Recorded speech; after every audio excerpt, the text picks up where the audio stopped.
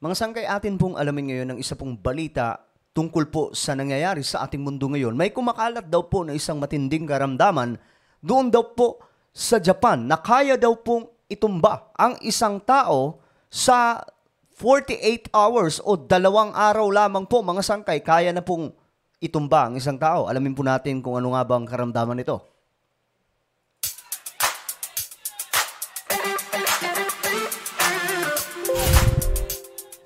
Alright, mga sangkay, atin po ang alamin ang balitang ito dahil nga po medyo very alarming kung totoo man ito, mga sangkay, no, na ganun siya kalakas. Dapat po mag-ingat po ang lahat ng tao at sana, mga sangkay, hindi na po ito umabot sa kagaya po ng nangyari sa nakaraang pandemya. So anyway, bago tayo magpatuloy, paki-subscribe po muna yung ating YouTube channel. Makikita nyo po, mga sangkay, yung subscribe button sa ibaba. Sa baba mismo ng pinapanood yung video. I-check nyo na lamang, mga sangkay. Meron po dyang subscribe button. Pindutin nyo lamang po yan. Then click the bell and click all dahil dito, mga sangkay, 1.23 million subscribers po tayo.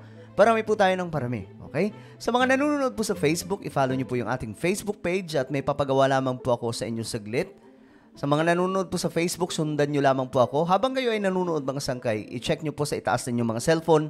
Sa itaas ng video na to, meron po diyang 3 tuldok kagaya po ng nakikita nyo sa screen. Okay? I hope na masundan nyo po.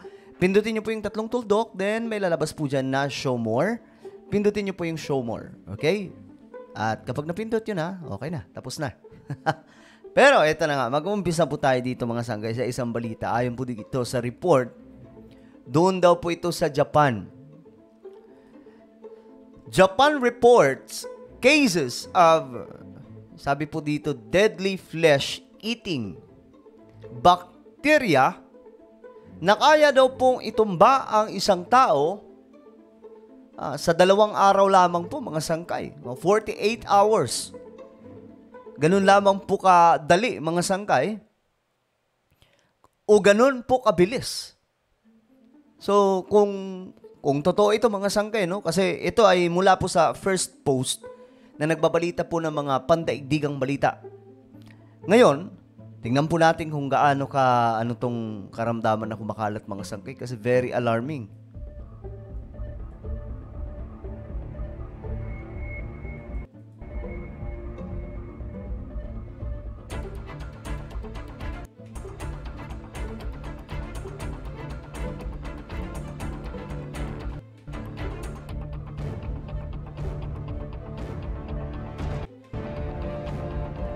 Ito, parang alam ko to, mga sangkay. Itong STSS kung tawagin. Hindi ko alam na tuloy-tuloy pala to, mga sangkay. Kasi, ewan ko kung naaalala nyo yung isang vlog ko dito. Itong patungkol sa STSS. Kumakalat po talaga siya. Totoo po, mga sangkay. Pero ang hindi po ako aware na tuloy-tuloy po ito up to now. Kasi bagong report lamang po ito, mga sangkay.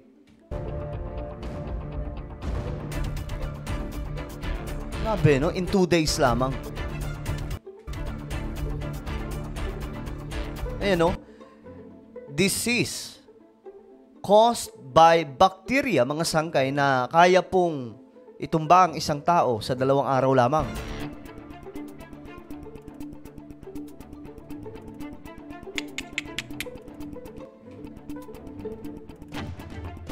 Ayan siya, mga sangkay. Tingnan po natin mabuti.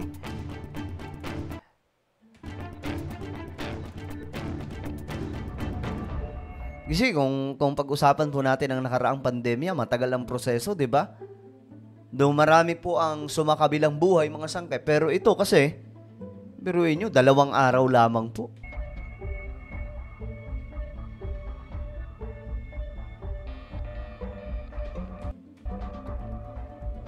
Ito, mga sangkay, basahin nyo po. Ito po yung mga symptoms nitong STSS.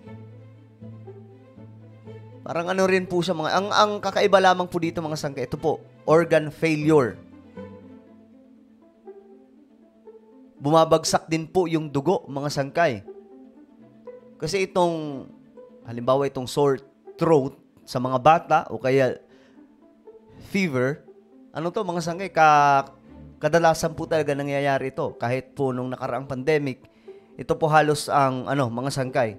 Common na symptoms. Pero ito, may babagsak daw po yung dugo at magkakaroon, ito matindi mga sangkay, magkakaroon ng organ failure kapag tinamaan ka nito.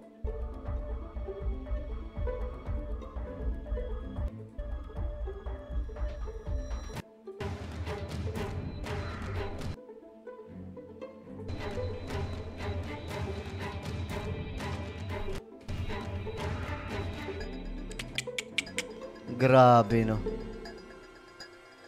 Ayan, yan mga sangkay. Ayon po sa mga eksperto, ang mga taong nag-iedad po ng 50 pataas, okay? Yung mga 50 pataas, sila daw po yung prone. But, it doesn't mean na 50 pataas ang prone dito, mga sangkay, hindi na po tatamaan yung mga katulad natin na edad, yung mga medyo bata-bata pa. Tatamaan pa rin, mga sangkay.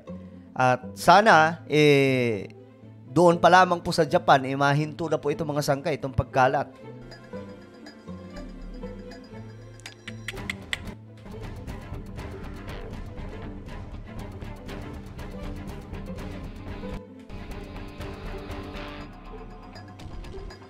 Ito pa rin mga sangkay, no? Ang isa pa rin pong prevention po dito, para po hindi daw po tayo, kumbaga, tamaan nito.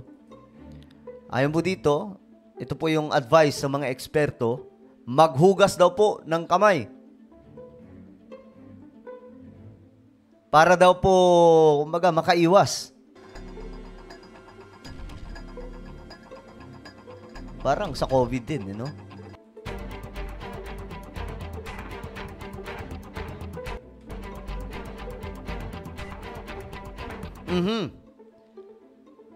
Ayan, kung mayroon po kayong mga wounds, kailangan daw pong i-ano na kaagad. Pagalingin mga sangkay para daw po hindi tamaan po neto.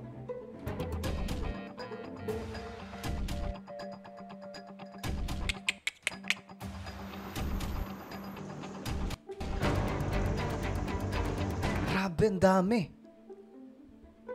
Wait lang guys, medyo nakakakilabot ito mga sangkay. Kasi ayon po sa report, ayon sa report ng Japan, nakapag-record na daw po, nakapagtala na ng 977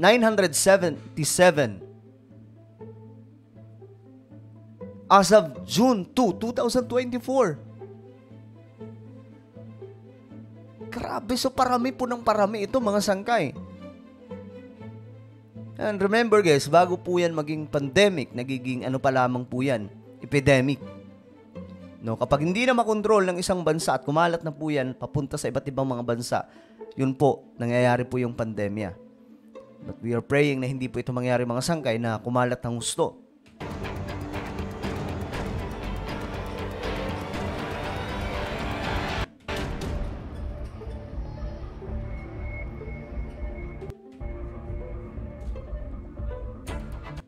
Sa Tokyo, lamang mga sangkay, na-report na mayroon daw pong 145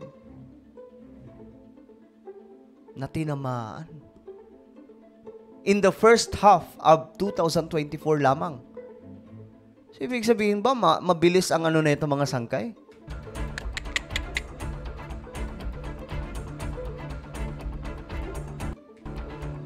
Grabe.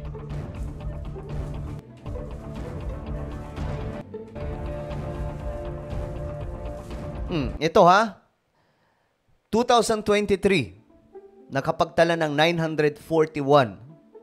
Ngayon mga sangkay, wala pa po tayo sa 2025, nasa 2024 po tayo, tapos ang naitala sobrang dami na.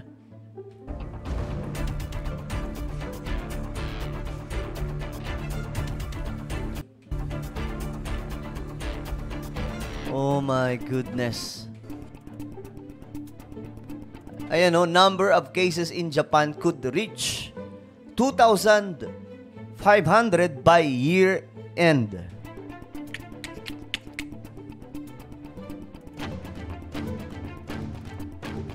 My goodness. Grabe yung mortality rate ng STSS 30%.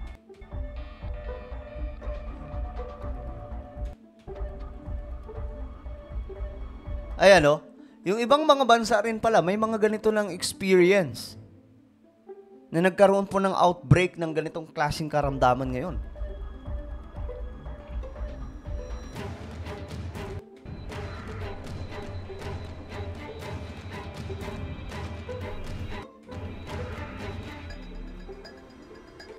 Okay, 2022, at least 5 European nations reported STSS outbreak. So, noong 2022, nagkaroon din po ng outbreak sa Europe. Okay, mga sangkay, alam nyo, naalala ko lang itong verse na to sa Matthew chapter 24, verse 7. Baga, ito mga nangyayari ngayon sa ating mundo ay nakabase lamang po sa kung ano ang istorya na nakasulat sa Biblia. Na hindi po tayo talaga maliligaw mga sangkay. Kung ano po ang nakasulat sa Bible, yun din po talaga ang nangyayari sa panahon natin ngayon. Tingnan nyo to mga sangkay.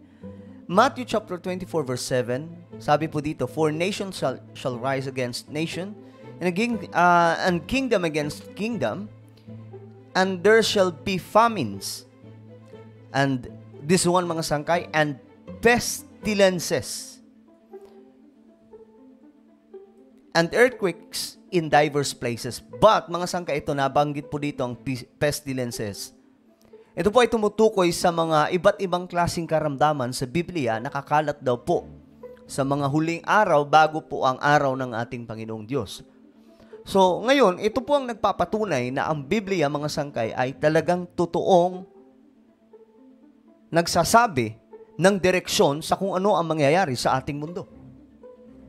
Magkakaroon daw po ng mga pandemic or epidemics. Lahat ng ito mga sangkay nakabase sa Biblia. Kahit i-search po ninyo sa Google, ang ibig sabihin po nitong pestilences, tumutukoy po ito sa iba't ibang klaseng karamdaman o pagkalat ng mga iba't ibang karamdaman, and it's happening right now na nakabase lamang po tayo sa Biblia. So, kaya lagi po nating pag-aaralan mga sangkay yung mga nakasulat sa Biblia, especially yung mga tumutukoy po sa Bible prophecy. Yung mga born-again Christians, I know mga sangkay na familiar po kayo tungkol po sa mga propesya na nasa Biblia dahil pinag-aaralan po ito sa mga churches.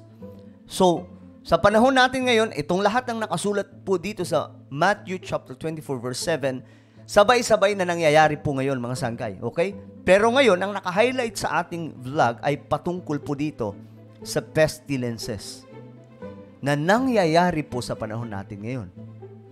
So bakit natin binablog ito mga sangkay?